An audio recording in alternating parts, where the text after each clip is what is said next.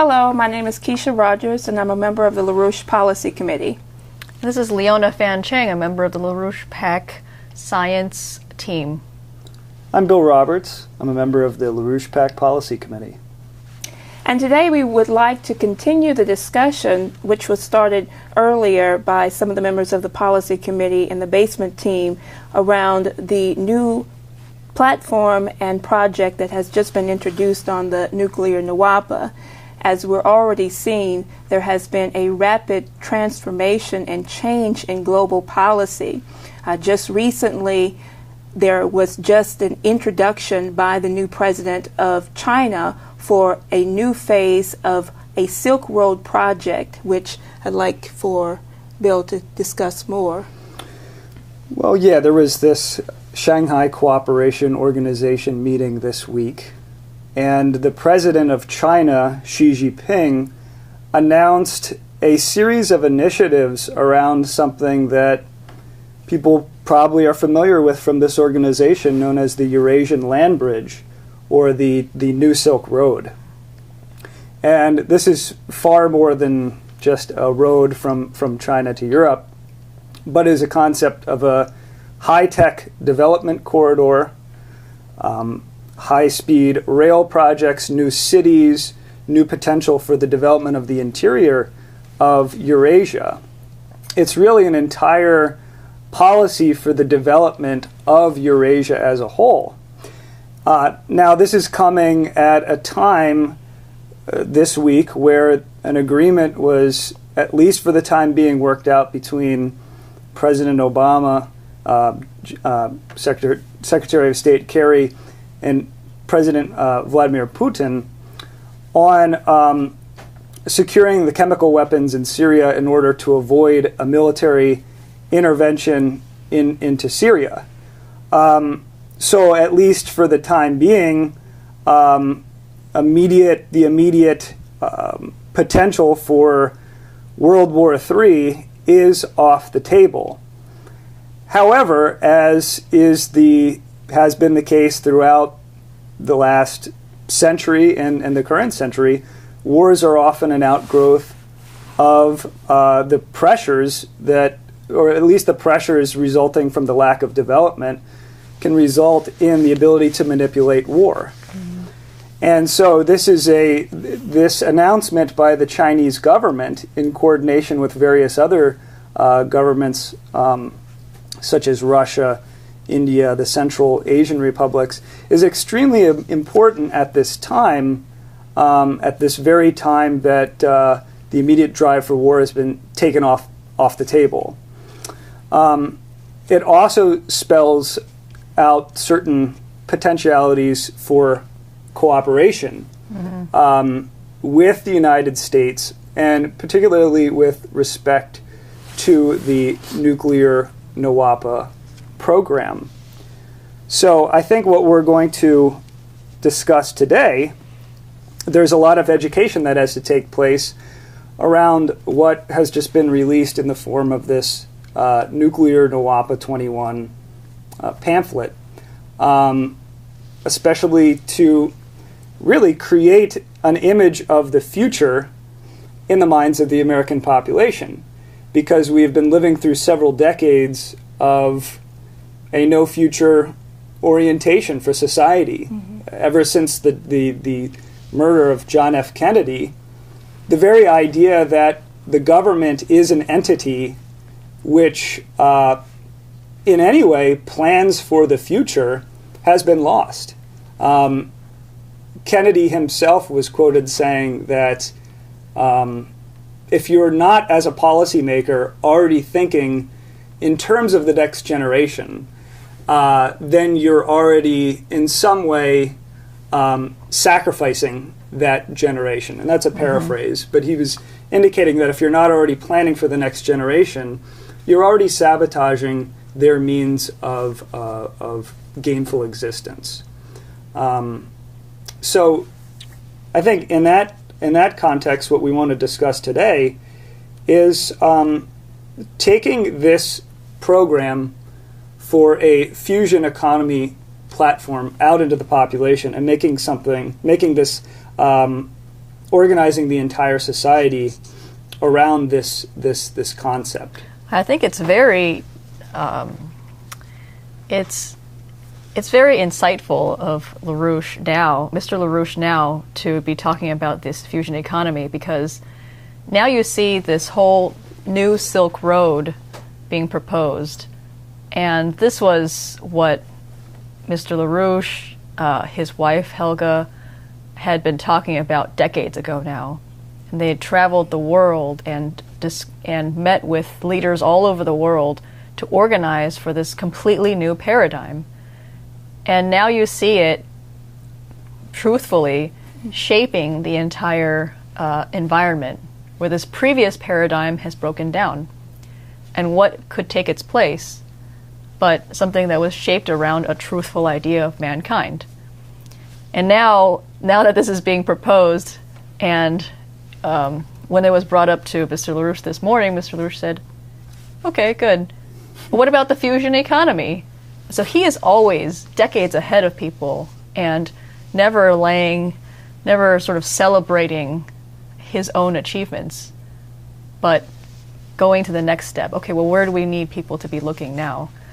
And that, I think, has really been the challenge for us in trying to get that across to people, trying to get that type of orientation across to people. Absolutely. The idea of how you get people to really take into their own mind the idea of a future-oriented vision. Where are we going? What you just brought up about John F. Kennedy, that was the question he was always asking. Where are we going? Where do we want to see ourselves in the next several generations? And that's exactly what the fusion economy sets into place. And what Mr. LaRouche is really identifying as the catalyst by which you organize a society around this leaps in progress around the evolutionary upward shifts of mankind.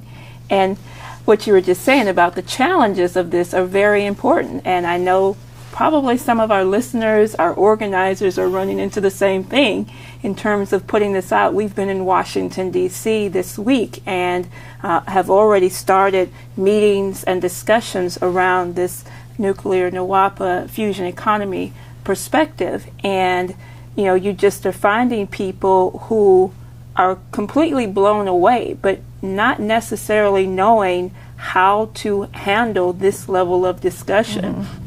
And are saying, well, how much do I have to know about fusion? Or I don't know anything about this. But it's the actual case that, you know, people, the miseducation that we've had in our population from grade school to secondary school on basic concepts of economics and science has not really prepared people for this type of mission, and we have to rapidly bring them up to that level.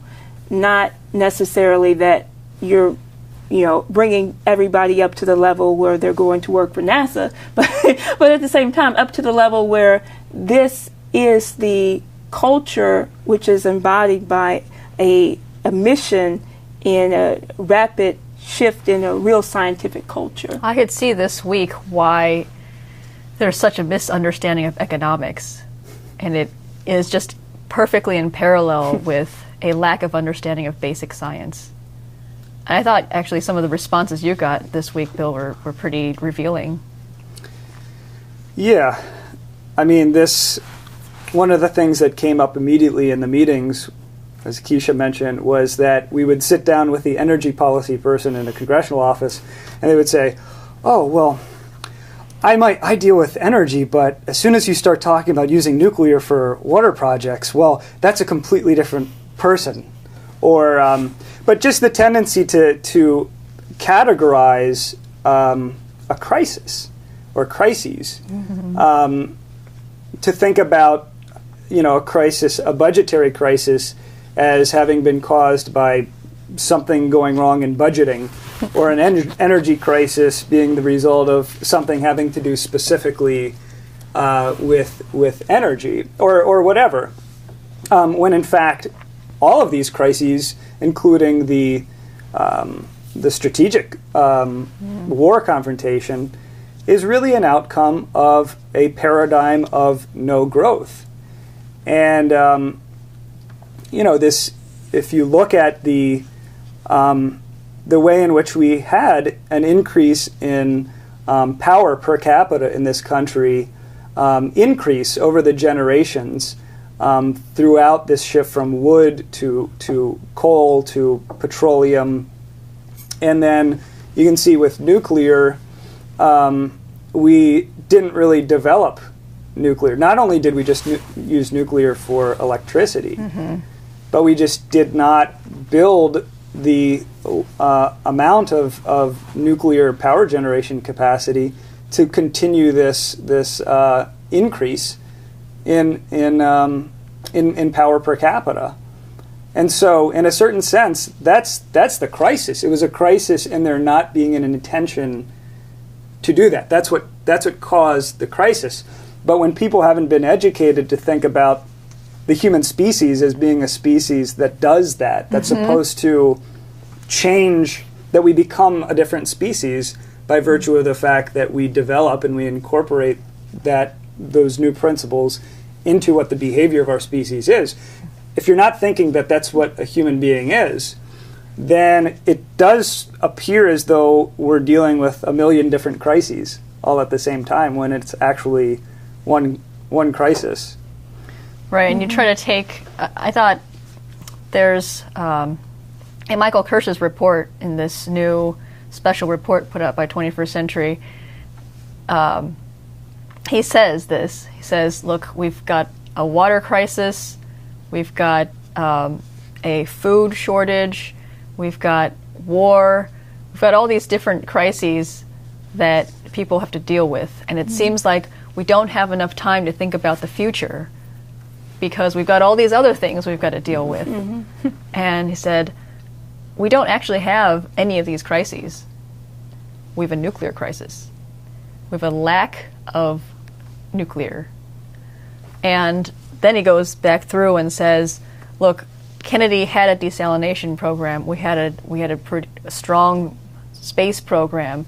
We were developing these things. We would have addressed the food, the water crisis, the food crisis, and honestly, crime. Right? If we had not gone into post-industrialization, we wouldn't have the type of crime we have now, the death zones, like they call Baltimore areas and so on. But also the threat of thermonuclear war that was supposed to have been dealt with SDI and things like that.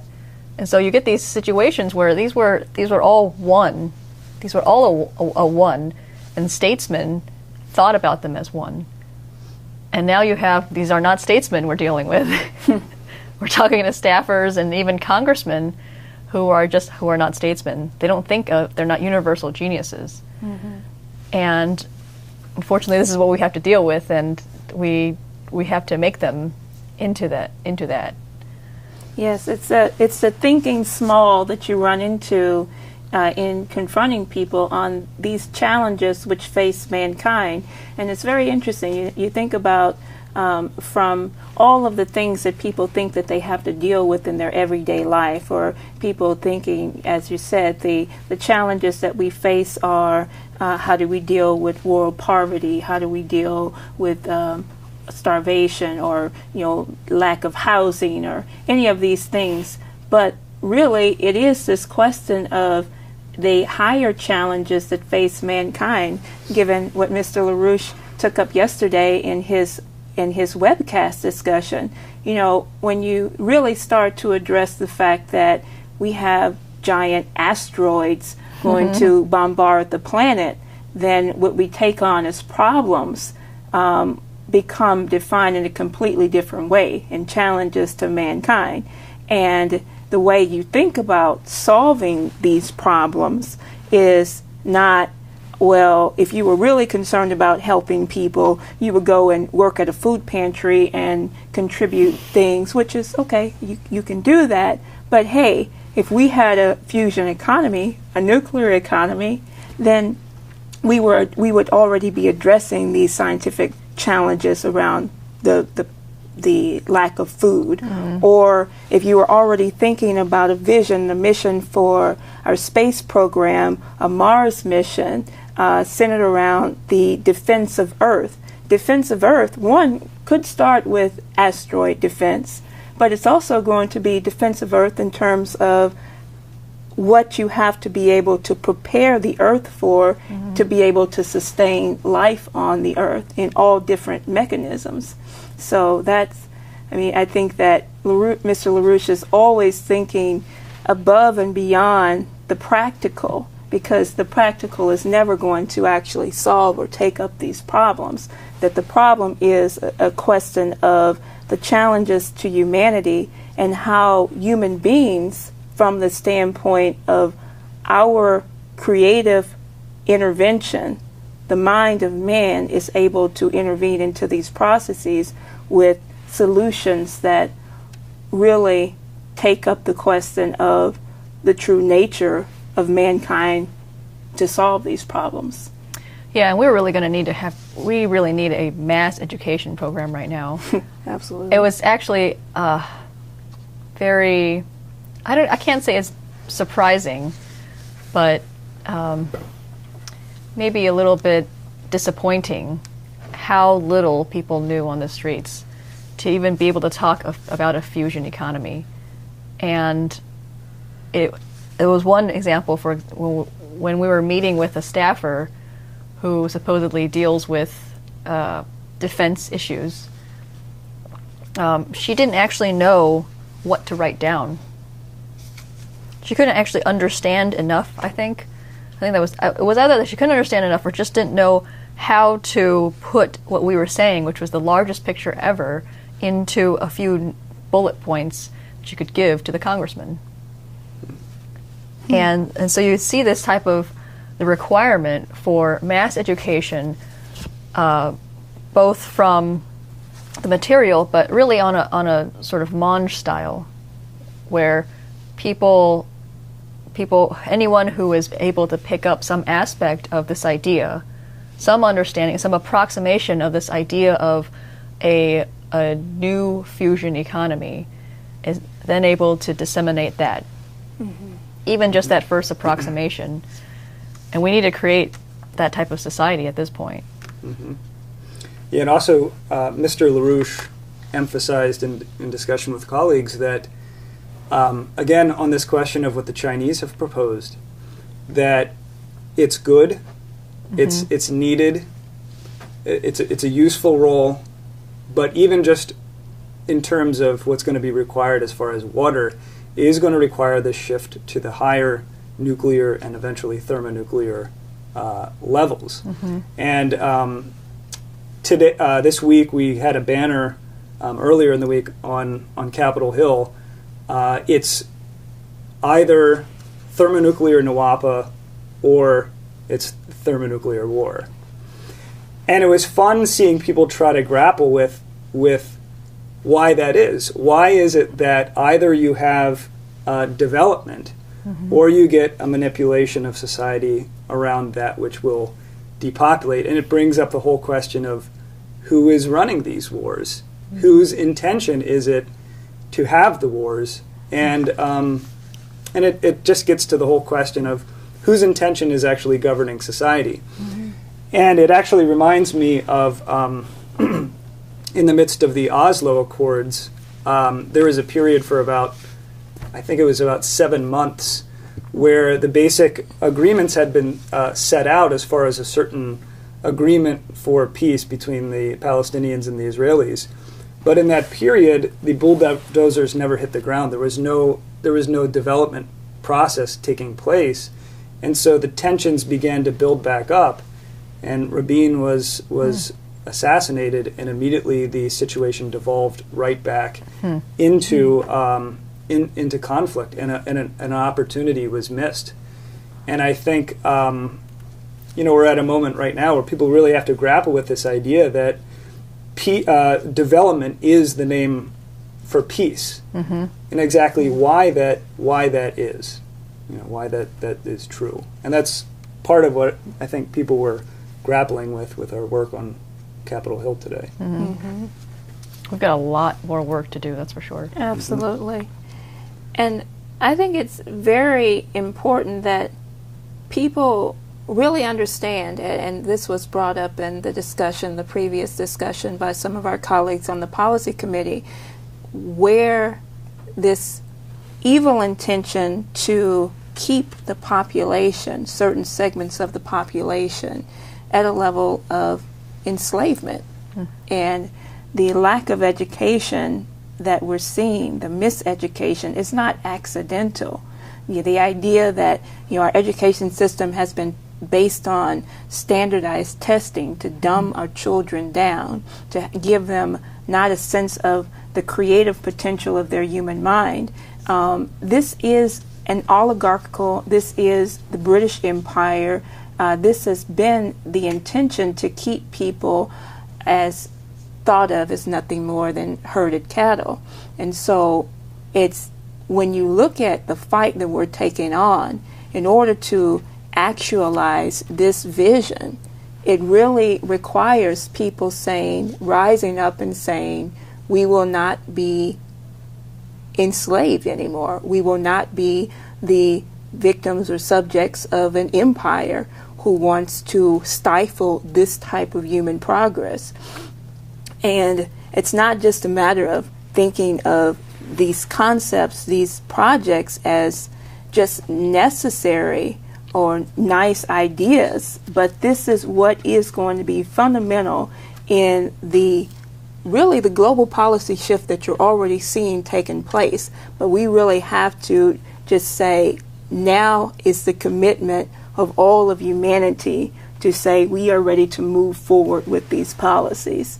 And you can see that from developments we're already experiencing right now, that the world is ready for these types of developments. The world is ready to be free of the grip of oligarchy, of colonialism, of enslavement, and say, okay, human progress is absolutely necessary, or people will die.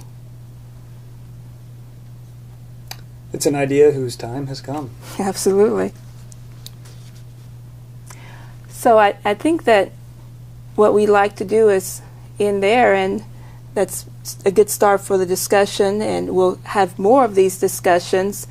And I ask people to stay tuned, to make sure that you study and read and dissect the Nuclear Nawapa program, and you can get a copy of this on our website, and we'll be back to you with further discussions. Thank you.